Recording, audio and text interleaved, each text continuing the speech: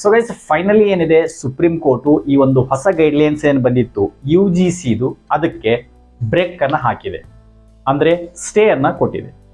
So ಯಾರ್ಯಾರಿಗೆ ಗೊತ್ತಿಲ್ಲ UGC ಅಂದ್ರೆ ಏನಿದು ಹೊಸ UGC ಕಂಟ್ರವರ್ಸು ಏನೆಲ್ಲ ರೂಲ್ಸ್ ಬಂದಿತ್ತು, ಯಾಕಂದ್ರೆ ನಾರ್ತ್ ಇಂಡಿಯಾದಲ್ಲಿ ಇದು ಸುಮಾರು ಪ್ರೊಟೆಸ್ಟ್ಗಳೆಲ್ಲ ಆಗಿತ್ತು. ಸೌತ್ ಅಲ್ಲಿ ಇದೊಂದು ಅಷ್ಟೊಂದು ಆಗಿರಲಿಲ್ಲ, ಯಾಕಂದ್ರೆ ಸೌತ್ ಅವರಿಗೆ ಇದೆಲ್ಲ ಫರಕ್ ಬೀಳೋದಿಲ್ಲ ಅವರಿಗೆ. ಜಾತಿ ಕ್ಯಾಸ್ಟ್ ಅಲ್ಲಿ ಇದು ಜಾಸ್ತಿ ತಲೆ ಕೆಡಿಸ್ಕೊಳ್ಳೋದಿಲ್ಲ ಸೌತ್ ಇಂಡಿಯಾದಲ್ಲಿ. ನಾರ್ತ್ ಇಂಡಿಯಾದಲ್ಲಿ ಇದು ಸ್ವಲ್ಪ ಜಾಸ್ತಿ ಇರುತ್ತೆ. ಬಟ್ ಓವರ್ ಆಲ್ ನೋಡಿದ್ರೆ ಇದು ಎಲ್ರಿಗೂ ಎಫೆಕ್ಟ್ ಆಗುವಂತ ಒಂದು ರೂಲ್ ಬಂದಿತ್ತು ಗೌರ್ಮೆಂಟ್ ಆಫ್ ಇಂಡಿಯಾ ಕಡೆಯಿಂದ.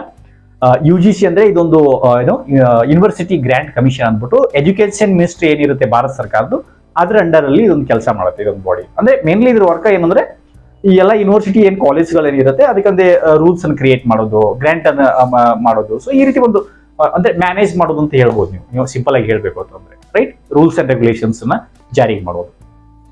ಸೊ ಈ ಒಂದು ಕಮಿಷನ್ ಏನಿದೆ ಅದು ಒಂದು ಇಕ್ವಿಟಿ ಕಮಿಟಿ ಅಂತ ಮಾಡಲಾಗಿತ್ತು. ಯಾರಿಗೆ ಅಂತಂದ್ರೆ SC ST OBC ಅಂತ ಏನಿರ್ತಾರೆ ಕ್ಯಾಸ್ಟ್ ಅವರು, ಅವರಿಗೆ ಇಕ್ವಿಟಿ ಕಮಿಟಿ ಅಂದ್ಬಿಟ್ಟು ಆ ಇಕ್ವಿಟಿ ಕಮಿಟಿಯಲ್ಲಿ ಈ ಒಂದು ಕ್ಯಾಸ್ಟ್ ನ ಮೆಂಬರ್ಸ್ ಇರ್ತಾರೆ.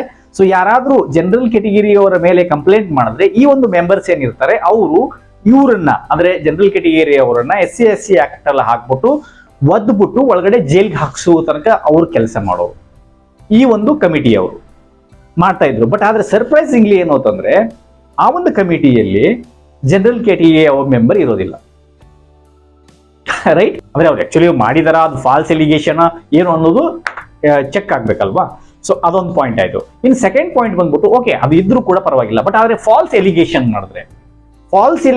ಮಾಡಿದ್ರೆ ಅದನ್ನ ಆಮೇಲೆ ಎಂಕ್ವೈರಿ ಆದ್ಮೇಲೂ ಕೂಡ ಅದು ಫಾಲ್ಸ್ ಎಲಿಗೇಷನ್ ಆದ್ರೆ ಅದ್ರ ಮೇಲೆ ಏನು ಪನಿಷ್ಮೆಂಟ್ ಇಲ್ಲ. SC ST OBC ಯಾರು ಎಲಿಗೇಷನ್ ಮಾಡಿರ್ತಾರೆ ಅವ್ರಿಗೆ ಏನು ಪನಿಷ್ಮೆಂಟ್ ಇಲ್ಲ, ಅಂದ್ರೆ ಅವ್ರು ಮಾಡ್ಬೋದು, ಸುಮ್ಬಿಟ್ಟು ಹೋಗ್ಬೋದು.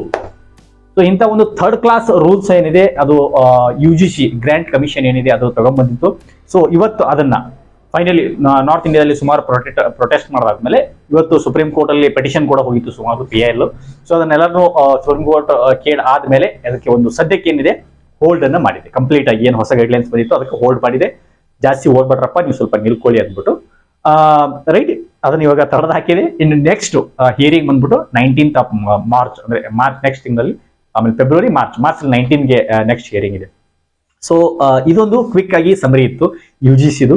ಸೊ ಸದ್ಯಕ್ಕೆ ಈ ಒಂದು ಹೊಸ ಗೈಡ್ಲೈನ್ಸ್ ಏನಿತ್ತು ಅಂದ್ರೆ ಆ ಜನಗಳ ಒಂದು ಕಾಲೇಜ್ ಸ್ಟೂಡೆಂಟ್ಸ್ ಗಳೇನಿರ್ತಾರೆ ಅವ್ರವ್ರ ಮಧ್ಯೆ ಒಡೆದು ಹಾಕುವಂತ ಒಂದು UG ರೂಲ್ಸ್ ಏನಿತ್ತು ಅದಕ್ಕೆ ಸುಪ್ರೀಂ ಕೋರ್ಟ್ ತಡೆ ಒಡ್ಡಿದೆ. ಸೊ ಐ ಹೋಪ್ ಈ ಒಂದು ಕಾಂಟ್ರವರ್ಸಿ ನಿಮ್ಗೆ ಗೊತ್ತಿದೆ ಅನ್ಕೋತೀನಿ. ಗೊತ್ತಿಲ್ಲ ಅಂತಂದ್ರೆ ಇವಾಗ ನಿಮ್ಗೆ ಗೊತ್ತಾಗಿದೆ. ಇದ್ರ ಬಗ್ಗೆ ನೀವೇ ಅನ್ಕೊಂಡಿದ್ದೀರಾ? ನಿಮ್ಗೆ ಏನು, ನಿಮ್ಮ ಅಭಿಪ್ರಾಯ ಏನು ಅನ್ನೋದನ್ನ ಈ ವಿಡಿಯೋದ ಕೆಳಗಡೆ ಕಮೆಂಟ್ ಅನ್ನ ಮಾಡಿ ಗೈಸ್.